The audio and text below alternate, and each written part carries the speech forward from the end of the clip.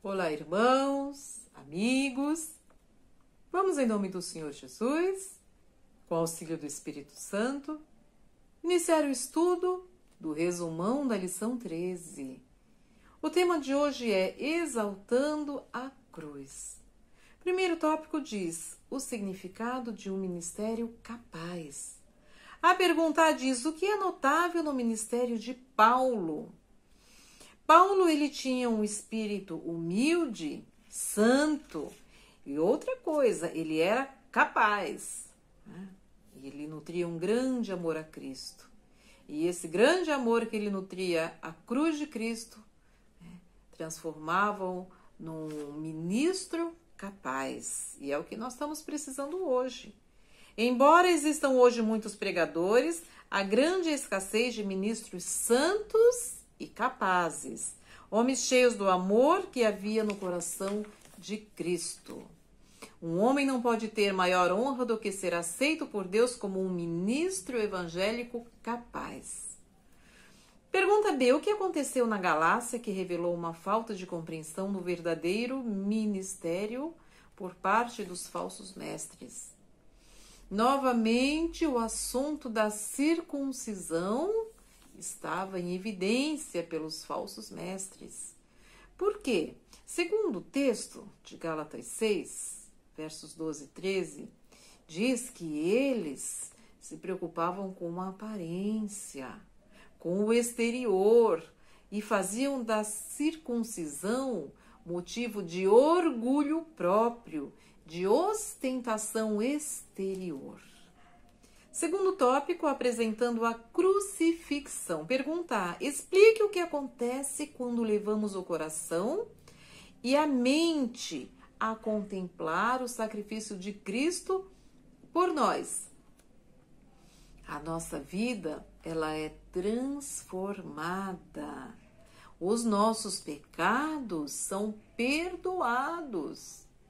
Por isso que João Batista disse ao povo, referindo-se a Jesus: Eis o Cordeiro de Deus que tira o pecado do mundo. Se os pecadores puderem ser levados a contemplar fervorosamente a cruz, se puderem obter uma visão completa do Salvador crucificado, perceberão a profundidade do amor de Deus e a malignidade do pecado. É isso que acontece, né? A morte de Cristo comprova o grande amor de Deus pelo homem e a nossa garantia de salvação. Então, quando contemplamos, elevamos o coração e a mente a Cristo, nós sentimos repulsa pelo pecado. Pela cruz aprendemos que o Pai Celestial nos ama com um amor infinito. Já pensou? O que é você amar alguém com amor infinito? É algo assim que foge ao nosso entendimento. Vamos à pergunta B. O que Paulo enfrentou ao apresentar a cruz? Naquela época, morrer na cruz era vergonha para a família. Se a pessoa tivesse um primo, um irmão que tivesse sido morto na cruz, o nome da família era envergonhado. Somente os grandes criminosos é que eram mortos na cruz, era vergonha. E aí, olha só, Paulo pregava a morte de Cristo na cruz, e como diz a pergunta, o que ele enfrentou? O que despertava, né, na mente do povo na época? Na época de Paulo, a cruz despertava sentimento de repulsa e horror. Defender alguém que havia encontrado a morte na cruz como salvador da humanidade, obviamente, despertaria o ridículo e a oposição. Então foi isso que Paulo enfrentou: repulsa, horror, ridículo, oposição. E os judeus consideravam esse assunto um escândalo, e os gregos consideravam loucura, né? Paulo seria considerado fraco por tentar mostrar como a cruz de Cristo poderia ter qualquer relação com a elevação da raça ou a salvação da humanidade. Terceiro tópico, o mais poderoso do que pensamos. Pergunta A. Diante da oposição, o que Paulo não apenas pregou, mas realmente exaltou ao máximo? Cristo crucificado. Era o tema central da pregação de Paulo. E ele exaltava ao máximo o sacrifício de Jesus Cristo na cruz. Então, esse era o tema. Vamos ver aqui o final da nota, uma passagem muito bonita, uma reflexão muito bonita, que se encontra em Testemunhos para a Igreja, volume 2, página 47. O último parágrafo da nota, acompanhe. A cruz, exalte-a. E no ato de exaltá-la, você ficará surpreso ao descobrir que ela eleva e dá apoio a você. Em meio à adversidade, privação e tristeza, ela lhe servirá de força e de cajado. Você descobrirá que tudo depende de misericórdia, compaixão, simpatia e amor inexprimível. Isso será uma promessa de imortalidade para você. Pergunta B. Como o salmista explica a conquista da cruz? Salmos 85:10 diz: a misericórdia e a verdade se encontraram, a justiça e a paz se beijaram. Então, desta forma, o salmista expressa a conquista da cruz. Quarto tópico, uma perspectiva única. Perguntar como o ato de contemplar a cruz muda a nossa vida. Quando contemplamos a cruz, nós somos levados a Cristo. A cruz nos conduz a Cristo. E a nossa vida é transformada ao contemplar a cruz. Jesus vê a culpa do passado e declara o perdão, e não devemos desonrá-lo por duvidar desse amor. Esse sentimento de culpa deve ser depositado ao pé da cruz do Calvário.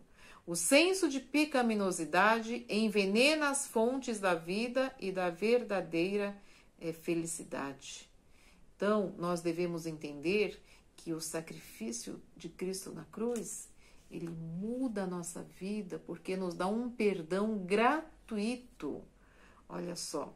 E aí a cruz de Cristo nos dá graça para nos ajudar em nossas fraquezas. E aí nós encontramos a verdadeira paz, a verdadeira felicidade que vem do céu, que vem do sacrifício de Cristo na cruz. Nossa vida muda e aí nós vivemos em novidade de vida, com o coração esperançoso de salvação. E todos ao redor contemplarão essa mudança. Pergunta B. Como isso afeta nossas atitudes e nos eleva espiritualmente? Jó 23:16 diz: porque Deus macerou meu coração e o Todo-Poderoso me perturbou. Então, macerar significa abrandar, martirizar, amolecer. Então, assim que Jó descreve. Agora vamos ver aqui uma parte do pensamento inspirado que diz que nós quando contemplamos a cruz, nós conseguimos perdoar nossos inimigos. E nós esquecemos das nossas desgraças, das nossas provações, das dificuldades que passamos em nossas vidas. Olha só, o Filho de Deus foi rejeitado e desprezado por nossa causa. À plena vista da cruz, será que você consegue contemplar com os olhos da fé os sofrimentos de Cristo? E ainda contar a própria história de desgraça e provações? Vamos agora ao quinto tópico, uma nova criatura. Pergunta A. Como Paulo conclui essa epístola? E que efeito essas palavras produziram nos Gálatas? Vamos ler o texto de Gálatas 6, versos 15 a 18, para entender como Paulo concluiu a epístola. Com quais palavras? Porque em Cristo Jesus nem a circuncisão nem a incircuncisão tem virtude alguma, mas sim o ser uma nova criatura. E a todos quantos andarem conforme esta regra, paz e misericórdia sobre eles e sobre o Israel de Deus. Desde agora, ninguém me inquiete, porque trago no meu corpo as marcas do Senhor Jesus. A graça de nosso Senhor Jesus Cristo seja, irmãos, com o vosso espírito. Amém.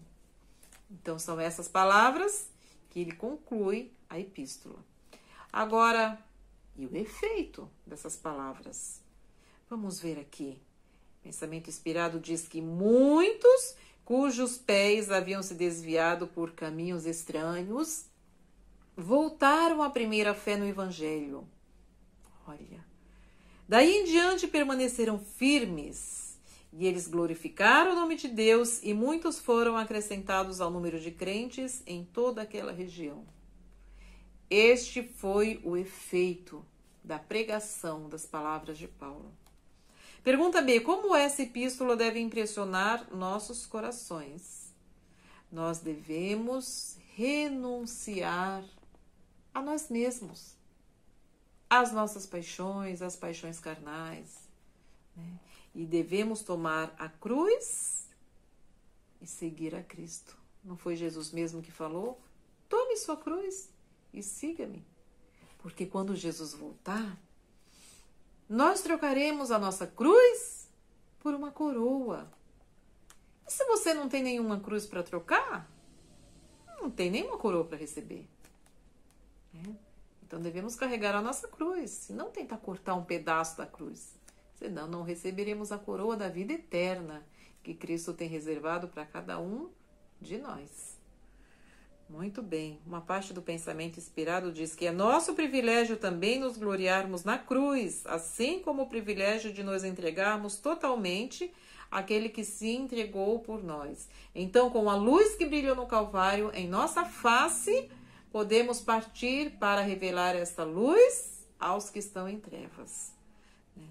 Então, com o nosso coração impressionado, nós devemos levar ao mundo o sacrifício de Cristo na cruz, levar conforto, a esperança, a paz de Cristo àqueles que ainda estão em trevas. Que o Espírito Santo possa permanecer com todos. Bons estudos da lição. Amém.